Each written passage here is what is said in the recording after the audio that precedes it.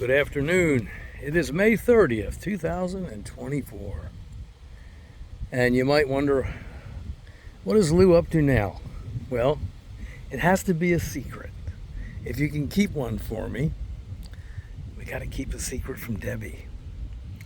Because she'll kill me if she finds out I'm planting another fig tree, especially near the front yard. But we're going to get into that in a minute. But I wanted to talk to you about how I'm going to plant this tree. It's an interesting story, and I think I'm going to tell it now. And this is going to be a prelude to a video about my other orchard, the one I have along the side of the house and in the front of the house, where those trees are blocked by the wind chill in the wintertime, and they're just doing magnificently. So are these. But I'm very, very proud of my orchard, all of them, all my trees, every one of them. But I haven't featured that orchard yet, and I'm looking forward to doing a first walkthrough on that. That will be coming next. I will show a few of the trees in a distance because I'm working over there now. And remember, it's a secret, and I'm going to show you what I'm up to. And with that, let me put you on pause for a second, and I'm going to get to work. I'll be right back. Stopping along the way here, I've got a few potted plants here. 3 Black Madeira. 4 Black Madeira. The big one's a Black Madeira too. I'm going to, I'm getting off the subject here. Let me get back to my front work. Planting a pastiliere tree, and I'll tell you the story about that in 1 second. It's that time of year. The Stelladuras, nice. Here I'm busy at work, planting another tree to my orchard here in the front side of the house, I guess. I come under fire occasionally because Deb says, no more figs in the front of the house. I said, okay, I won't, I promise. But if that's my only vice, come on.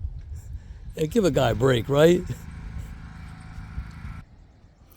And I said this was going to be a prelude to the next video, which will be the first walkthrough of these. Really, if you don't mind me saying, I mean, they're just gorgeous, aren't they? Aren't they just beautiful fig trees? And I just can't wait to get into them. I don't even want to start talking varieties, but I've got other videos, and you can look at them, and you'll know what varieties they are because I've walked through here before. But just look at this. Isn't it marvelous? And there are my sage oak trees, much taller than the house. And here is a Yates, which I've been pruning back because it was starting to shade some of these trees. I'm letting it grow taller, and it's just full of fruit. I'll go over that with the next video. And we'll go into my little fig garden over there where I've just planted some Italian 258 cuttings and Black Madeira. I'm going to show you. I might show you. I might show you on this video. I don't know, but I'll be showing you, I promise. But I'm so happy, and there's going to be so much fruit here. And if you remember, I have a video, and the video says, the title is, if I can do it, you can do it. Anything I can do, it says in the title, you can do better. And you can. And that's what these videos are all about. And that's all they're about. That's the agenda. I've said that from the start, over 200 videos ago, that I just wanted as a legacy to convey information to the public, to the fig community, to you, and share with you the things that I've learned, my experiences over a lifetime of being a gardener and a figster, like you are now. This is good for newbies, and I think for even experienced figsters, because you always learn something. I'm learning things every day too. It's always a good idea to lend an ear to anybody and to everybody, because everybody has something of value that they can teach you and that you can learn also from. So that's what I'm doing, and I want you to have figs like this. Figs! Give me some figs. Beautiful, delicious, nutritious figs. Okay? Perfect. Look at them. Healthy. That's what you want. You don't want a bunch of flimsy branches. And I see this so often. Please. And you don't want a lot of pinching, because that's really telling, it's really saying that the fig's not that healthy, or it's not mature enough to bear fruit. You have to do it sometimes. We talked about, I have a video out to pinch or not to pinch. And there are times when you need to pinch. And there's times when it's good. I agree with that. But there's many times when it's not good. None of these are going to be pinched. None of them. And they don't need to be pinched because they're full of fruit. Everywhere you look, there's fruit everywhere on these figs. And we're going to get into that in the next video. Okay? You want a healthy, slow-growing tree. You plant them in a tiny hole, just a little bit bigger than a pot. I told you that before. You don't do what they tell you to do. I'm sorry. For what it's worth. Okay? For what it's worth. My favorite caveat. You just don't do everything you read or somebody else tells you about. And you don't do everything I tell you about either. Scrutinize that too. I want you to. I don't mind. Just don't accept everything I say. All right? So, but you have to use your own common sense and your experience. You combine it with what you learn from other people, and then you reason. And you say, is that right or not? I always say, the proof is in the pudding, the fig pudding. The proof is in the pudding, the fig pudding. Look out there and see some of these trees, okay? And there's a lot of sellers out there, and there's some very good sellers, and we've talked about that subject. And I even might talk about one today, because where I got this tree, it was a gift from another seller, a friend of mine, Steve from Maryland. He's a member of the fig community, and he's a very, very, very honest person. I don't know if he's still selling cuttings and fig trees, but I can tell you one thing: anything you get from him is exactly what he tells you it is. He's extremely honest, and he's very knowledgeable, and I consider him a friend of mine. Okay, and there's some others that I speak highly of too, and I think I will make a video just about that subject. But buyer beware. There's a lot of shysters out there, so many of them, just selling cuttings for money, and you don't know what you're getting. You just don't know. And a lot of them are scraggly cuttings, or thin, and they're sickly. Look, we've talked about this several times, but I never went into the detail I want to go into. You can look at one of my videos if you like. It's Beware. I think it's Avoiding Fig Pies in the Sky. Avoiding fig pies in the sky. And that's a very good video. I like the video. It's several years old. I think you'll find it interesting and very, very informative. Please watch it. It's on this subject too, and other subjects. But I'm going to go, this season, I'm going to really go into this subject. You need to use discretion. You need to make judgment. Don't believe everything that you hear. Don't believe everything that you see in a video or hear in a video. Don't believe everything that you read. It's nonsense. Some of these things that you read, they just get perpetuated. I noticed they just get perpetuated from one generation to another. They just keep being repeated, even when they're wrong, and they're often wrong. Okay? And everybody's wrong sometimes. I'm wrong, you're wrong, everybody's wrong. Okay? You just got to kind of try to sort it all out. But getting back to my point, I want you to be able to grow figs like this. Look at my videos. Watch them. That's all I've asked you to do. I like the fact that I'm getting more and more subscribers. Please subscribe. Anyone out there viewing my videos, that if you haven't subscribed, please subscribe. It encourages me to continue to make videos. I have a lot more to talk about. I'm nowhere near finished. I'm just not. It seems almost eternal, or infinite rather is the better word. It just goes on and on and on. And there's no end to what I could talk about. Like, I could just walk over here and start talking to you about, like, look at this tree. This tree needs water. Here's a subject. Look, this tree needs water. I'm getting off on a tangent here, but I need to tell you. Do you see that tree? Now, that's a very beautiful tree. Turning a couple years old. It's champagne. Okay. O'Rourke's favorite, he said, of all of the LSU figs. And can you notice something about it? What do you notice something? It needs water. It's May 30th. It needs water. Okay? You see it? You could just tell by looking at it. It's starting to droop a little bit. It's saying, Lou, help me. Help me. I have a video out there that the best fertilizer is the grower's shadow. There's a video out there. It seems to be popular. Watch it. And what it means is they don't have any legs. They can't walk around. They can't just turn on that hose and give themselves water. I mean, you're the gardener. You got to do it. You've got to do it. And then this nonsense that I hear on the internet. I'm sorry. I'm just a little fired up today. But the nonsense I hear in some of these videos, oh, we get 40 inches of water in this zone, and they get plenty of water, and figs are, they can really sustain long periods without. No, they can't. Figs are not the camel counterpart of the plant world. They're just not. Especially when they're young and vulnerable. They need water. There's such a thing as dry spells. It doesn't matter how much water you get in a year. It's such nonsense, okay? There are such things as droughts and dry spells that we have. And there's individual needs. If a plant is really flourishing, if it's growing, if it's vibrant, if it's alive and well, and if it's growing very quickly, it evaporates far more water than another tree that maybe isn't as vigorous. So you need to give it more water. Always give your trees water when they need it. Whether they're in a pot, whether they're not in a pot, in the ground, I don't care. Even if they're near fruiting, if they really need water, don't deprive the trees of water. Give them water even if they're near harvest.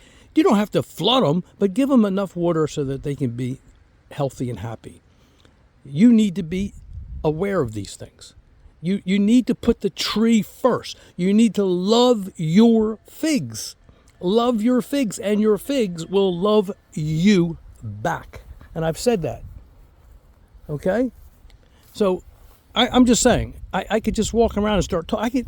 I see 3 more things that I can talk to you about right now. 3 more things. But it'll have to wait until the next video, or this one's going to be 6 years long. I tried to... Oh, back to the secret, though. This is the fun part. Come here, I want to show you a new introduction. We won't tell Debbie about this, though. Here we go. Oh, I can talk to you about this. Let me take it off, okay? This is how I shield trees for a while that I've transplanted. Now, this was a cutting last year. This is Ronde Bordeaux, and I decided to put another Ronde Bordeaux in. I've got a huge one over there I want to talk to you about next time.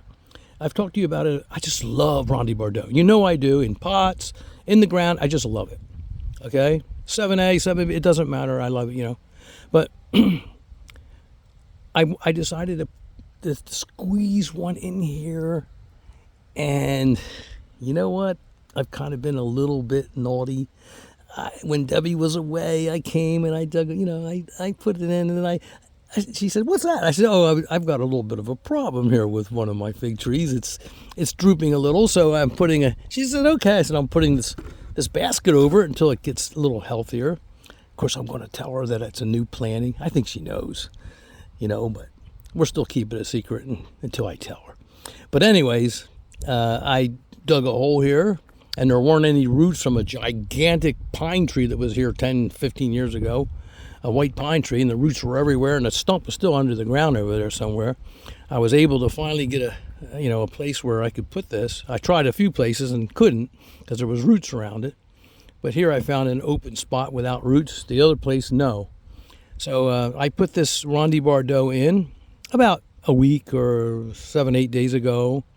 And because the cutting was under the tree, the Sajo persimmons tree, I put my summer cuttings, I put them in there under the tree, in the ground, in a little garden, because I want them to be shaded mostly. And I have better luck that way with cuttings, and I have a lot of success that way.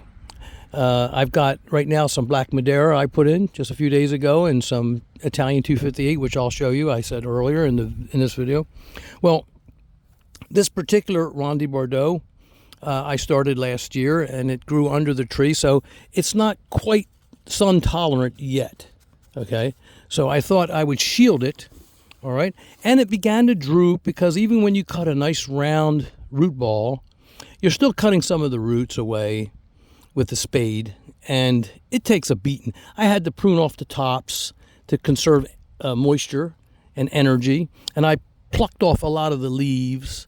But this has got a beautiful structure. This is going to be this is a very well scaffolded plant, and it's going to be highly successful.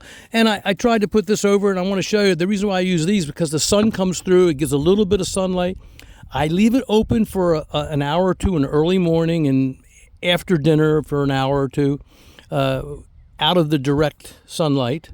But for the daylight hours, unless it's really overcast or raining, I will leave this on, leave this top on with a brick on it so it won't blow away. It wasn't tall enough, so I built it up with a few bricks. I did something I just did very quickly, you know, and so I can protect this tree during the extreme hot hours of midday when the sun is glaring on it. And it's doing well, and as I said, because it's not sun tolerant totally, and it's getting that way because it won't be long, a few more days, maybe another week at the most, it will be able to have full sun, and it will have enough root expansion for it to be able to survive the midday sun and still remain hydrated and not droop. And also, this tree will be tolerant then, fully tolerant to the direct rays of the sun. Okay, so until then, we just nurse it along like this. A couple hours in the morning, or an hour, and a couple hours in the afternoon, late afternoon, or an hour. And the sun comes through these little slots, and the airflow goes through, and it can't get hot in here because there's slots, so you can't get hot and build up heat from the sun. These things, you have to be cognizant of these things, because that will kill the tree. And of course, I've got air going through here. See, that's another reason why the bricks are there, because you got air going, so you got it flowing through and out. And so this tree is well taken care of, and I can guarantee you this tree is going to survive, almost guarantee it. And it's going to be a beautiful addition to my collection in the future. And I am so looking forward to this little Ronde Bordeaux. I love all my figs. There's, I guess, Champagne. This one here is, I said I wouldn't do this, and I'm not. Just for a second, then I want to get back to what I'm doing over here. But this is Improved Celeste. Isn't it a beauty? And look at the little figgies, little figlets. Look at that. Can you see? Oh, it's going to be a beautiful tree. It's been here a couple of years, and now it's going to come to fruit. I've eaten figs off this. I've had this for years, this tree. I had it in a pot. I had it in the ground. I have it here. Okay, long story. I won't get into it. But what am I doing over here? This is all composted material. This is house compost, well rotted from last year. Okay, and I'm going to add it to the soil because I dug over here, and I found roots. Look at these roots.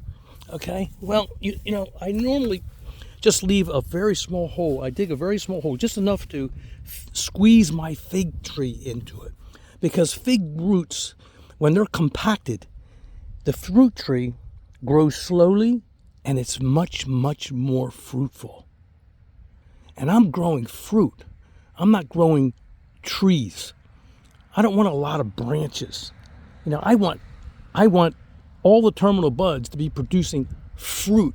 And in my next video, I'm going to show you just how much fruit that is. Look, you know, I'll just step up to here. Look at this. Look at all that fruit. Everywhere you look, fruit, fruit, fruit. And that's what you want. Look, fruit. Fruit. Can you see it? Figs. Figs. Give me some figs. Well, that's another one of my mottos. Okay? I love figs. And that's what I'm here to do. Grow figs, not a bunch of figless branches.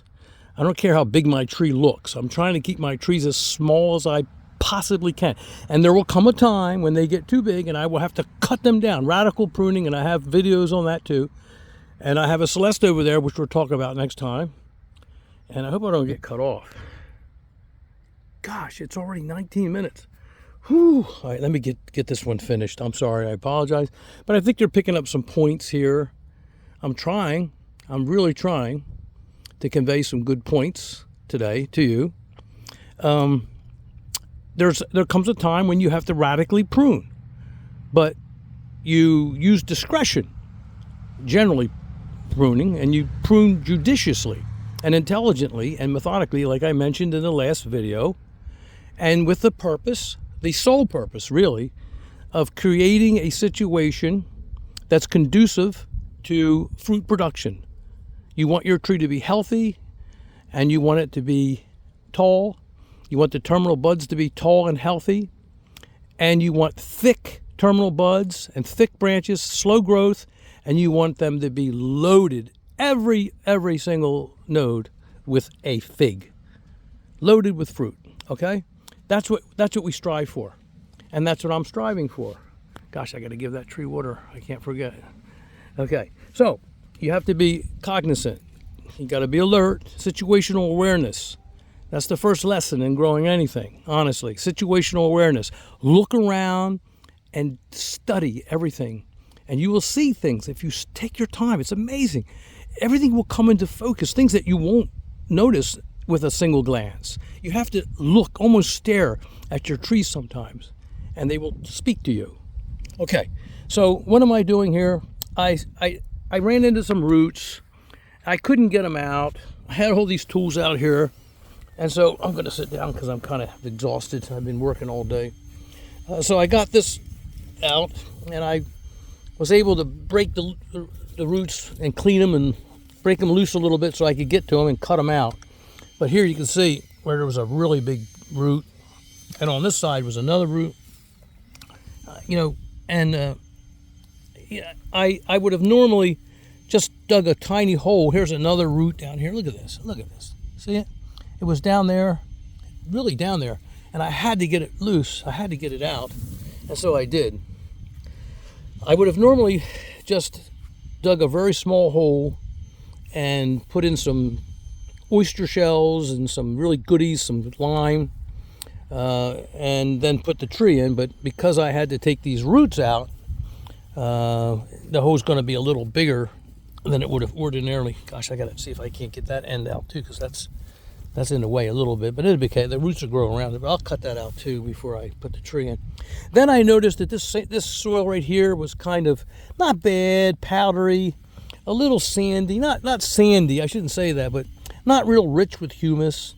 So I went and got a little bit of my good dirt that I keep covered up to add to this, and I'll get rid of that, some of that. And I've got some humus, some good, oh gosh, let's get this over here. This is, again, composted materials from the kitchen, mostly. There might be a little bit of horse manure mixed in with that too, well rotted. And I'll mix that with the new dirt and some of the original dirt, and I'll add lime and some other goodies that I've talked about in other videos that please watch.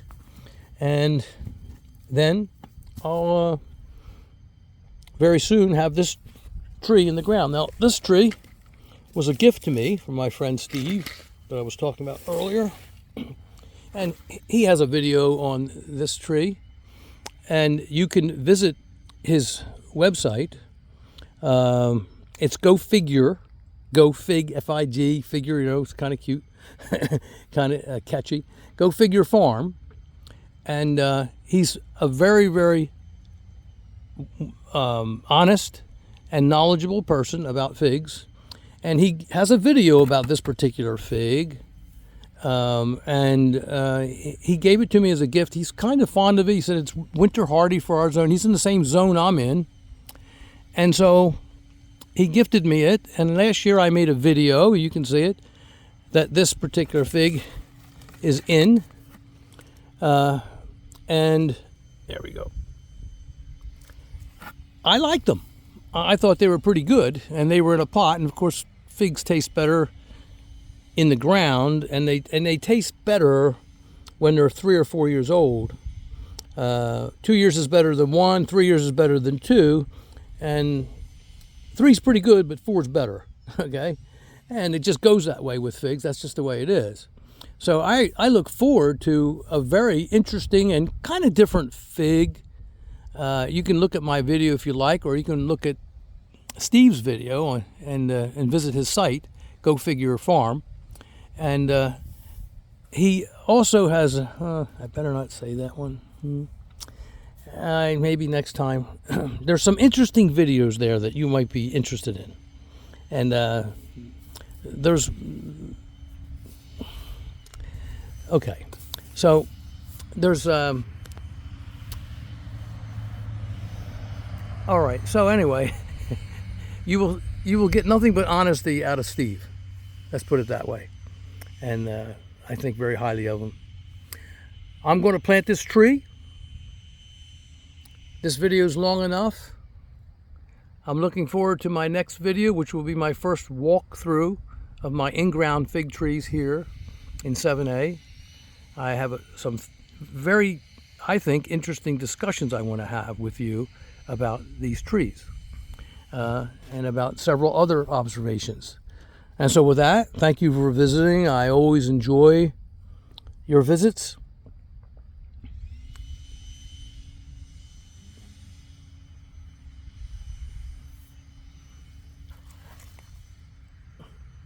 Good day.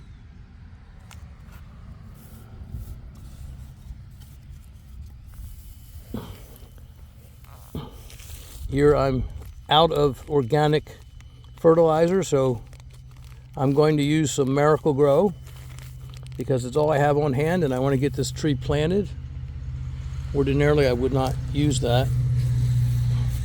Here's some lime, and I will certainly lime heavily. This used to be an area where there was a big white pine tree for 20 years, and so the soil tends to be a bit acid, so I've limed this whole area fairly heavily several times. And so since I'm making a new hole and planting a new tree, I thought I'll just add some lime down deep and working in the soil. Okay, it certainly won't hurt anything.